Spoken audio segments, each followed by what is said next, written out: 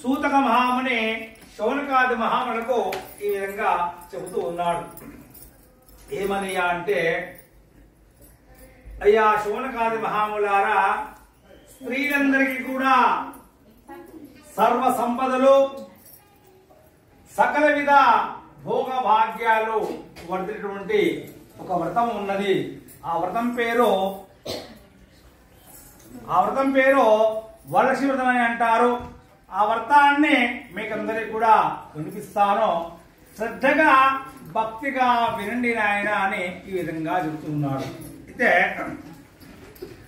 ఒక రోజున కైలాస పర్వతమున శివుడు తన సింహాసనంపై కూర్చొని ఉండగా పార్వతీదేవి ఆయనే సమీపించి అడుగుతూ ఉన్నది, ఓ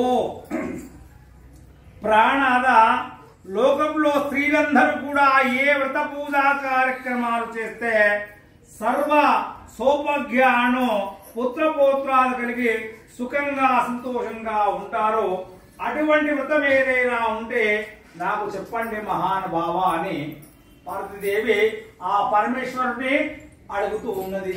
ఎవరు అడుగుతున్నారు? ఎవరు అడుగుతున్నది?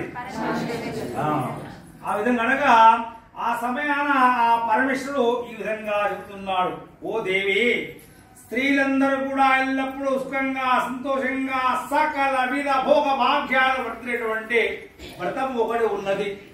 ఆ వ్రతం పేరు వరలక్ష్మి వ్రతం అని అంటారు అని చెప్పగానే ఆ అమ్మవారు అడుగుతున్నది, స్వామి, మరి వరలక్ష్మి వ్రతం అంటే ఏమిటి? ఏ దేవతను ఆరాధించాలి?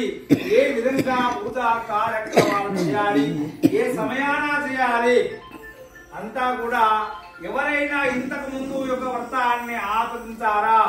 అది కూడా నాకు చెప్పండి మహానుభావ అని ఆ పార్వతీదేవి పరమేశ్వరుణ్ణి అడుగుతూ ఉన్నది. ఆ సమయాన పరమేశ్వరుడి విధంగా చెబుతున్నాడు, ఓ కాత్యాయని, యొక్క వ్రతాన్ని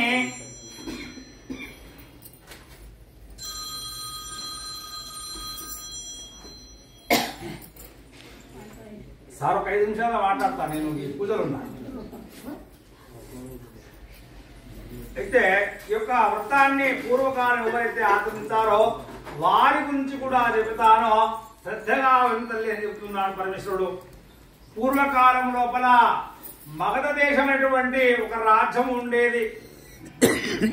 ఆ రాజ్యం లోపల కుండినము అనే ఒక పట్టణం ఉండేది. ఆ పట్టణం ఏ విధంగా ఉండేది అంటే, ఎక్కడికి వెళ్ళినా కూడా అన్ని బంగారు గోడలు, బంగారు ఇండ్లు, అలాంటి ఆ యొక్క కుండిన పట్టణం ఉండేది.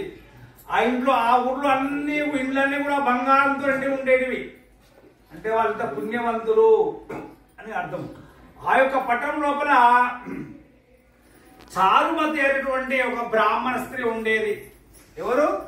చారుమతి అనే ఒక బ్రాహ్మణ స్త్రీ ఉండేది. ఆమె ప్రతి నిత్యము కూడా అత్తామామలకు, భర్తకు పాదసేవలు అందిస్తూ మితముగా మాట్లాడుతూ, అంటే తక్కువగా మాట్లాడుతూ సేవా కార్యక్రమాలు ఆవిడ ఎక్కువ చేస్తూ ఉండేది. అత్తామామల్ని చక్కగా కన్న బిడ్డల వలె, కన్న తల్లిదండ్రుల వలె ఆ విధంగా రక్షిస్తూ వాళ్ళకు సేవా కార్యక్రమాలు అన్ని చేస్తూ ఉండేది. ఏ పండగ వచ్చినా, ఏ పూజా కార్యక్రమాలు చేయాలన్నా ఆవిడ ముందుగా ఉండేది. ప్రతి ఒక్కరితో కూడా గౌరవ మర్యాదకంగా మాట్లాడుతూ ఉండేది. ఆమె మంచితనము చెప్పతరము కాదు, వర్ణించతరమే కాదు, అంత గుణవంతురాలు ఆవిడ, భాగ్యవంతురాలు. అలాంటి ఆ యొక్క చారుమతి దేవికి రోజున అమ్మవారు చూసే, అయ్యో నా భక్తురాలు ఎంత బాగా ఉన్నది, ఎన్ని సేవా కార్యక్రమాలు చేస్తూ ఉన్నది అని ఒకసారి ఆ చారుమతి దేవికి కలలో అగ్గుపడ్డది ఆవిడ. ఎవరికి? చారుమతి దేవికి సాక్షాత్ మహాలక్ష్మి వచ్చి కలలో అగ్గుపడ్డది. కలలో అగ్గుపడి ఈ విధంగా చెప్తుంది, ఓ చారుమతి దేవి, నేను సాక్షాత్ మహాలక్ష్మీదేవిని, నీకు ప్రసన్నమయ్యానమ్మా, నీకేమి కావాలో కోరుకో అనగానే నేనేదేమంటాను, లక్ష్మీదేవి వచ్చి ఏం కావాలి బిడ్డ కోరుకో అంటే, అమ్మ నాకు 100 కోట్లు కావాలి, నాకు హెలికాప్టర్ కావాలని కోరుకుంటా. కానీ ఆవిడ ఆ విధంగా కోరుకోలేదు. చక్కగా అమ్మవారికి నమస్కారం చేసి యాని కాని బాబాని జన్మాంతరకు దాల్చాని చక్కగా నమస్కారం చేస్తూ ఉన్నది. పెద్ద పెద్ద పద్యాలు చదువుతున్నది, శ్లోకాలు చదువుతున్న అమ్మవారికి సకల విధమైనటువంటి పూజా కార్యక్రమాన్ని కూడా చేస్తూ ఉన్నది. చేసి అప్పుడు ఆ లక్ష్మీదేవి చాలా సంతోషపడ్డది. ఏమిటి, ఎవరి దగ్గరికి వెళ్ళినా కూడా మొట్టమొదటి ఏం కోరుకుంటారు?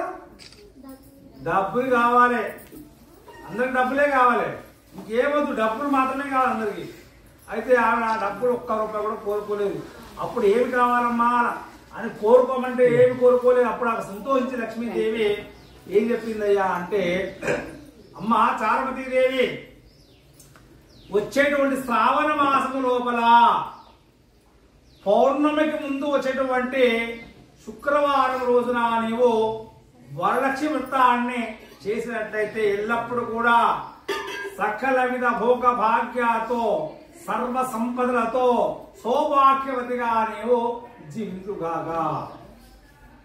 సర్వ సౌభాగ్యవతిగా జీవించుగాక. ఆడవాళ్ళకు కావాల్సింది ముఖ్యంగా ఏంటి? సౌభాగ్యమే కావాలి. ఆ విధంగా చెప్పేసరికి ఆమె పొద్దున్న నిద్ర లేచింది.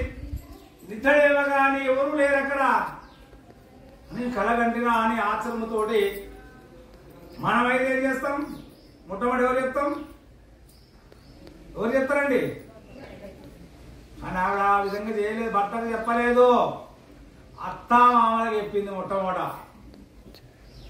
తర్వాత భర్తకు కూడా చెప్పింది. తర్వాత ఎప్పుడు? తర్వాత ముందు అత్త మామలకు చెప్పింది. అమ్మా మరి ఈ విధంగా జరిగింది, నా కల్లో ఈ విధంగా అమ్మవారు వచ్చారు, ఏం చేద్దాము, ఎలా చేయమంటారు అని చెప్పేసరికి అత్త మామ భర్త కూడా సెలవిచ్చారేమని అంటే, అమ్మా చారుమతి, నీవు ఎంతో పుణ్యవంతురాలవు, ఎంతటి భాగ్యవంతురాలమ్మా, నువ్వు అత్తమామ కూడా చక్కగా మెచ్చుకుంటున్నారు, చాలా భాగ్యవంతురాలమ్మా, నీకు ఆ సాక్షాత్ మహాలక్ష్మీదేవి నీ కడవపడ్డది కదా, నీ జన్మ ధన్యం అయిపోయింది. నీ వచ్చే శ్రావణ మాసంలో వల్ల తప్పకుండా వ్రతాన్ని ఆచరించుకో అమ్మా అని చెప్పింది. ఆవిడ ఏం చేసింది? ఇక శ్రావణ మాసం ఎప్పుడు వస్తుందా అని ఎదురు చూస్తున్నది. శ్రావణ మాసం రానే వచ్చింది. ఆ శ్రావణ మాసం లోపల పౌర్ణమి కంటే ముందు శుక్రవారం కూడా రానే వచ్చింది. ఆమె పూజా కార్యక్రమానికి పండ్లు ఫలాలు పుష్పాలు అన్ని కూడా సిద్ధంగా చేసుకొని ఇంటింటికి వెళ్ళింది.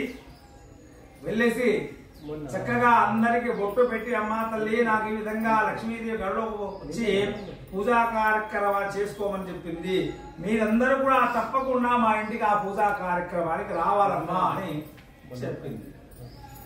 అప్పుడు అందరూ కూడా సంతోషించారు. ఏమిటి, చారుమతీదేవికి సాక్షాత్ మహాలక్ష్మి కళలో వచ్చిందరా, ఇంతటి పుణ్యవంతురాలు కదా, మనం తప్పకుండా వరలక్ష్మి వ్రతాన్ని ఏ విధంగా చేస్తుందో అందరం కూడా వెళ్ళాలని చెప్పేసి ఆ పట్టణంలో ఉన్నటువంటి ఆడపడుచులు, అక్కలు, చెల్లెలు, అమ్మలు అందరూ కూడా చక్కగా అంగరంగ వైభ అలంకరించుకొని వెళ్ళారు. అందరూ కూడా వెళ్ళేసరికి ఆ చారుమతీదేవి అందరికీ కూడా చక్కగా కాళ్ళకు కడుక్కోవడానికి నీళ్ళిచ్చి, తర్వాత కాళ్ళకు పసుపు రాసి అందరికి బొట్టు పెట్టి ఒక పువ్వు ఇచ్చేసి అందరికి కూడా కూర్చోబెట్టింది. ఇక పూజారి గారు రానే వచ్చారు. పూజారి గారు వచ్చిన తర్వాత చక్కగా ఆ చారుమతీదేవి ఆ మహాలక్ష్మీదేవికి షోడోపచార పూజా కార్యక్రమాలన్నీ కూడా అంగరంగ వైభవంగా కళ్ళ విందుగా చేసుకున్నది. చేసుకుని ఆ తర్వాత అమ్మవారికి నైవేద్యాలు పెట్టింది. ఎన్ని రకాలంటే 108 రకముల నైవేద్యాలు. ఎన్ని రకాలండి? మనం ఎన్ని రకాలు పెట్టాలి ఇప్పుడు? మరి ఏం చేయలే, మనకి ఇవే 1,00,000 రకాలు అనమాట. ఇవే మన కోటి భక్తితో సమర్పించింది ఆమె స్వీకరిస్తుంది. ఆడపాటు చేసి స్వీకరించదు, భక్తితో చేసింది మాత్రమే స్వీకరిస్తాం అమ్మవారు. కాబట్టి మనం కూడా 1,00,000 రకాల నైవేద్యాలు చేసాం. ఇప్పుడు వస్తాయని రెడీ అవుతున్నాయి. అయితే ఆ విధంగా అందరూ కూడా వచ్చారు, పూజా కార్యక్రమాలు కూర్చొని ఉన్నారు. ఆ యొక్క పంతులు గారు కూడా అంగంగ వైభవంగా బ్రహ్మాండంగా పూజా కార్యక్రమాన్ని షోడోపచార పూజా కార్యక్రమాన్ని కూడా చేశాడు. చేసిన తర్వాత ఆ యొక్క మొట్టమొదట ఆ చారుమతీదేవి అమ్మవారికి వాయనం ఇచ్చింది. ఏమిచ్చారు? ఏమని చెప్పారంటే ఆ వాయనం ఇచ్చి, అమ్మా లక్ష్మీదేవి, లక్ష్మీ దేవత, నేను చారుమతీదేవినమ్మా, నా యొక్క వాయనాన్ని నీవు అందుకోమ్మా అని ఇచ్చేసింది. అమ్మవారు కూడా చక్కగా స్వీకరించారు. స్వీకరించిన తర్వాత అందరూ లేసి అక్షింతలు పట్టుకున్నారు. అక్షింతలు పట్టుకొని ఓమ్యాని కానేజ బాబాని జన్మాంతరకు తాంచ అని ఒక్క ప్రదక్షిణ మాత్రమే చేశారు అందరూ. ప్రదక్షిణ చేయగానే నడుము నుండి కింది వరకు అన్ని గడగడగల శబ్దాలు వస్తున్నాయి. చూసుకునేసరికి కాళ్ళ గజ్జల నుండి కూడా బంగారంగా నిండిపోయాయి. ఏమి నిండిపోయాయి? బంగారంగా నిండిపోయాయి. ఇక రెండవ ప్రదక్షిణ చేశారు. రెండవ ప్రదక్షిణ చేయగానే చేతులకన్నీ కూడా గలగల గలగల అనే శబ్దం వస్తూ ఉన్నది. బంగారు గాజులు వచ్చేసారు అందరికి కూడా. ఇక మూడో ప్రదక్షిణ కూడా చేశారు. మూడో ప్రదక్షిణ చేయగానే ఏమేమి నగలున్నాయో, ఎన్ని రకాల నగలు ఉంటాయో అన్ని రకాల నగలన్నీ కూడా వచ్చేసి అందరి మెడల్లో నిండిపోయాయి. వాళ్ళంతా కూడా బంగారంతో నిండిపోయి ఉన్నది. అందరూ చాలా సంతోషపడ్డారు. ఏమిటి, మనకి ఇంతటి భాగ్యం వచ్చింది కదా, ఇంతటి భాగ్యాన్ని మనం కోరుకున్నాం కదా, ఆ చారుమతీదేవి కడపు చల్లగా ఉందా అని కోరుకుంటారు. ఏమని కోరుకుంటారు? అందరూ కూడా ఆ చారుమతీదేవి క్షేమంగా ఉందని కోరుకుంటారు. ఎందుకు ఆవిడ పిలిచింది కాబట్టే వీళ్ళకి ఇన్ని బంగారు వచ్చాయి. అందరూ కూడా చక్కగా ఆ పంతులు గారికి, పూజారి గారికి దక్షిణ తాములు ఇచ్చి ఆశీర్వాదము తీసుకొని ఆ అమ్మవారి యొక్క అక్షంత తలపైన చల్లించుకొని నమస్కారం చేసుకుని ఇక బయటికి వెళ్దామని సిద్ధమవుతున్నారు. భోజనం తాములు సిద్ధం కాగానే అందరికీ వ్రతాలు వచ్చేసాయి. మామూలు వ్రతాలు కాదన్నీ కూడా గుర్రాలతో ఉంటే రంగుల వ్రతాలు వచ్చేసాయి. ఆ రథాల పైన ఎక్కి అందరూ కూడా తిరిగి ప్రయాణం వెళ్తూ ఉన్నారు. వెళ్తూ వెళ్తూ అందరూ ముచ్చట్లాడుతున్నారు. ఏమని అంటే, చారుమతీదేవి ఎంత అదృష్టవంతురాలే, ఆవిడ మన పూజకు పిలిస్తే మనం వెళ్తే ఇంతటి భాగ్యవంతులమయ్యా మనము. మరి చారుమతీదేవి ఎంతటి భాగ్యవంతురాలు కదా, ఎంతటి అదృష్టవంతురాలు కదా. ఆ చారుమతీదేవి ఎల్లకాలం కూడా ఇలాగే ఉండుగాగా అంటే అక్కడ ఆవిడకి ఏం దొరికింది? అక్కడ ధనము ధాన్యము కాదు కావాల్సింది, ఆశీర్వాదం మాత్రమే కావాలి. ఇప్పుడు మనం ఆఖరిగా ఉన్నటువంటి వాడు ఏమంటాడు? అమ్మా కడుపు చల్లకుండా తల్లి అంటాడు వాడు. విన్నారా ఈ మాట? ఎవరైనా చదువుకున్న వాళ్ళైతేనే వాళ్ళంతా సుఖీభవ అంటారు. కానీ ఆ పూర్వకాలంలో అందరూ కూడా ఏమంటారంటే, అన్నం పెట్టగానే అమ్మా తల్లి నీ కడుపు చల్లగా ఉండా అని అంటారు. ఆ విధంగా అమ్మవారిని ఆ చారుమతిని కీర్తిస్తూ వెళ్తూ ఉన్నారు అందరూ కూడా. ప్రతి సంవత్సరం కూడా శ్రావణ మాసం లోపల అందరూ కూడా వృత్తాన్ని ఆదరిస్తూ సకల విధ భోగ భాగ్యంతో వర్ధిల్లుతూ సుఖంగా సంతోషంగా ఈ విధంగా జీవిస్తున్నారు. అయితే పౌర్ణమికి ముందుగా వ్రతం చేయడానికి వీలు కాని వాళ్ళందరూ కూడా అమావాస్య లోపల వ్రతాన్ని ఆచరించవచ్చును. అదేవిధంగా ఒక్కరు చేసినటువంటి పూజా కార్యక్రమానికంటే కూడా 10 మంది కలిసి చేసే పూజా కార్యక్రమాలకు శక్తి ఎక్కువగా ఉంటుంది. ఎందుకు ఉంటుంది చెప్పండి? ఒక్క గరిక పొసతో మనం చేయగలుగుతామా? అదే 100 గరిక పొసలతో తాడు కాలినట్లయితే 7గురు కూడా మనము బంధించవచ్చు. అంటే అంత శక్తి తయారవుతుంది అన్నమాట. పూజా కార్యక్రమాన్ని కూడా సామూహికంగా చేసినట్లయితే, ఎప్పుడే కానీ చాలా మంది సామూహికంగా పూజ చేస్తారు. ఆ ఏమో అక్కడ పోతే పంతులు శక్తి కొడుతూనే ఉంటాడు, అందరూ పూజ చేస్తూనే ఉంటారు. అట్లా కాదు, సామూహికంగా చేసే పూజా కార్యక్రమాలు ఎవరైనా కూడా ఖచ్చితంగా ముక్కు చూపెట్టాల్సిందే. ఎందుకు? అందులో శక్తి ఎక్కువ ఉంటుంది కాబట్టి.